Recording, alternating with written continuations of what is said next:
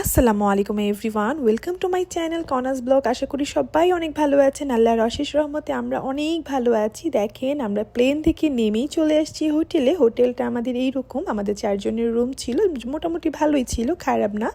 তারপরে আমরা ছটপট করে যতটুকু সম্ভব তাড়াতাড়ি করা যায় তাড়াতাড়ি ফ্রেশ হয়েই আমরা বের হয়ে গেলাম রজার উদ্দেশ্যে। কিন্তু রজার যাওয়ার আগে, যেহেতু আমরা অনেক বেশি ক্ষুধার্ত ছিলাম, আমরা প্লেন থেকে প্রায় 11-12 ঘন্টা জার্নি করেছি। এরপরে আমরা হোটেলে চলে আসছি। তো কতক্ষণে আসলে আমরা হোটেল থেকে রজায় যাব এটার জন্য খুবই তাড়াহুড়া করছিলাম, কিন্তু আসলে ক্ষুধাও লেগে গিয়েছে। তো আমরা চিন্তা করলাম রজায় যাওয়ার আগে আমরা টুকটাক খাবার খেয়ে নিই।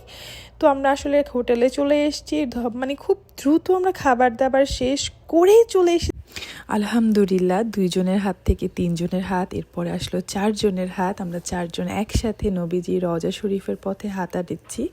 আর ভিতরটা না ধকধক করছে, কবে সেই গম্বুজটা দেখতে পারবো। তো আমাদের প্রহর, মানে অপেক্ষার প্রহর শেষ হয়ে গেল। দেখেন, আমাদের চোখের সামনে আমরা নবীজি রওজা শরীফ দেখতে পাচ্ছিলাম।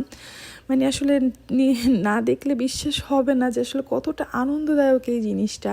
তো আমার ছেলে, মেয়ে, আমার আম্মু, আমার ভাবি, ভাই, আমার হাজব্যান্ড, আমরা সবাই একসাথে দেখছিলাম। ওই সময়টা আসলে এতটাই ভালো লাগছিল যে আসলে বলে বোঝানোর মতো না, বা কোনো কিছুই এটার বিনিময় করার মতো না।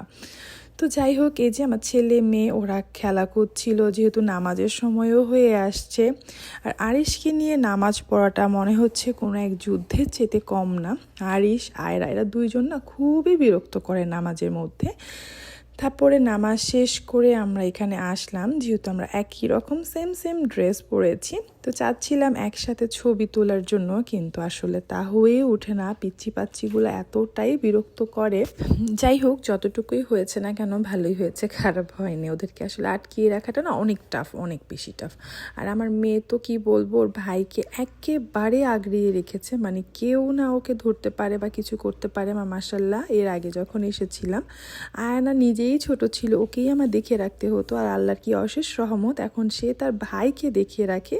এটা আমার জন্য অনেক বড় একটা রহমত। আসলে মেয়ে বাচ্চা যে একটা রহমত নিয়ে আসে না, এটাই আসলে তার প্রমাণ। মানে আশেপাশে সবাই খুব অবাক হয়ে যায় সে তার ভাইকে এইভাবে কেয়ার। তো মাশাল্লাহ, আমরা যখন নামাজ পড়ি, আয়নাও কিন্তু নামাজ পড়ে, কিন্তু ওর ভাইয়ের জন্য সে নামাজটা পর্যন্ত ছেড়ে দেয়। তো যাই হোক, সবাই আমার এই ছোট ফ্যামিলি, আমার ছোট বাচ্চা 2টার জন্য বেশি দোয়া করবেন, বেশি দোয়া করবেন। তো নামাজ শেষ করেই আমাদের যে ছেলে মেয়ে দেখেন 2 জনই খেলছে, আয়রা আরিশ 2 জনই খেলাধুলা করছে। ওদেরকে না আসলে ছেড়ে দিলে খুব সুন্দর খেলে, কিন্তু আটকিয়ে রাখলেই সমস্যা। কিন্তু ছেড়ে দিলে যেটা কোথায় যাবে কোনো ঠিকানা নাই।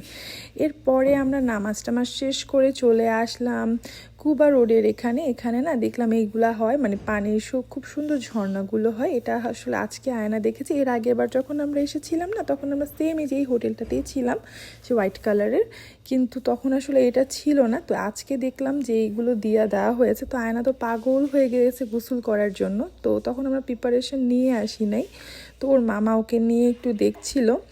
তো ইনশাল্লাহ এরপরে যখন আসবো, আগামীকালকে যখন আসবো, অবশ্যই আমরা গোসলের প্রিপারেশন নিয়ে আসবো, মানে বাচ্চারা গোসল করার প্রিপারেশন নিয়ে আসবে। তো আমার ব্লগটা কেমন লাগছে আমি জানি না, কিন্তু আমার কাছে শ্রেষ্ঠ ব্লগ হচ্ছে এগুলো, কারণ এগুলো আসলে সব সময় পাওয়া যাবে না, আর এগুলো আমার জন্য স্মৃতি। তো যাই হোক, সবাই ভালো থাকবেন, সুস্থ থাকবেন। আল্লাহ হাফেজ।